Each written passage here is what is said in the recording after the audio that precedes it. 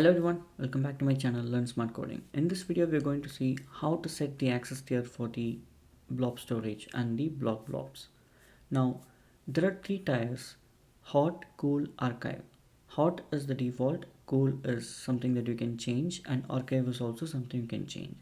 Hot tier helps us to have the data frequently accessed, and cool is infrequently, and data archive is something that you don't touch it at least for 180 days. So now considering the cost, accessing and the transaction cost is low for the hot tier and high for the archive, and similarly the storage cost per gigabyte is high for the hot and low for the archive. Cool is in between both high and low. Now there are something called defaults. For the storage account, the default access tier is hot, and the block blobs that you create for the storage account, they are by default inferred from the storage account. If the storage account is created using hot, it is inferred as hot for the block blobs, and the access tiers can be always changed for the blobs. You can change from hot to cool or cool to hot or even the archive. But remember, when you change hot or cool to the archive, it is meaning it means it is offline. So if you have to access the data, it takes several hours, and they are called rehydrating time.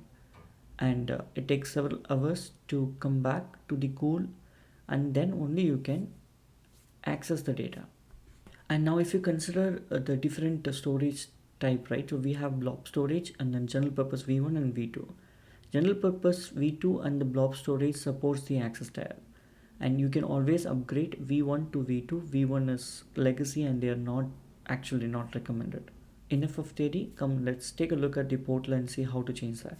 So I'm back on the portal, and in the portal I've gone to the Learn Smart Coding storage account, and if you come to the left side under the settings, there is something called configuration. So click on the configuration. So these are the details of the storage account, and here you can see all the details here, and down you can see the blob access tier, and that's the default one, which is hot. You can always change this to cool, and this is gonna impact the cost. So let's keep this as hot, and let's come back to the container.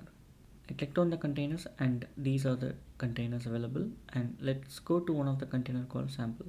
And now inside the container, I went inside the logo.png file, and here in the top you can see change tier. So right now it is inferred from hot because the storage account level is hot, and you can always change this to cool or archive. If you change it to archive, it's going to take a lot of time to rehydrate.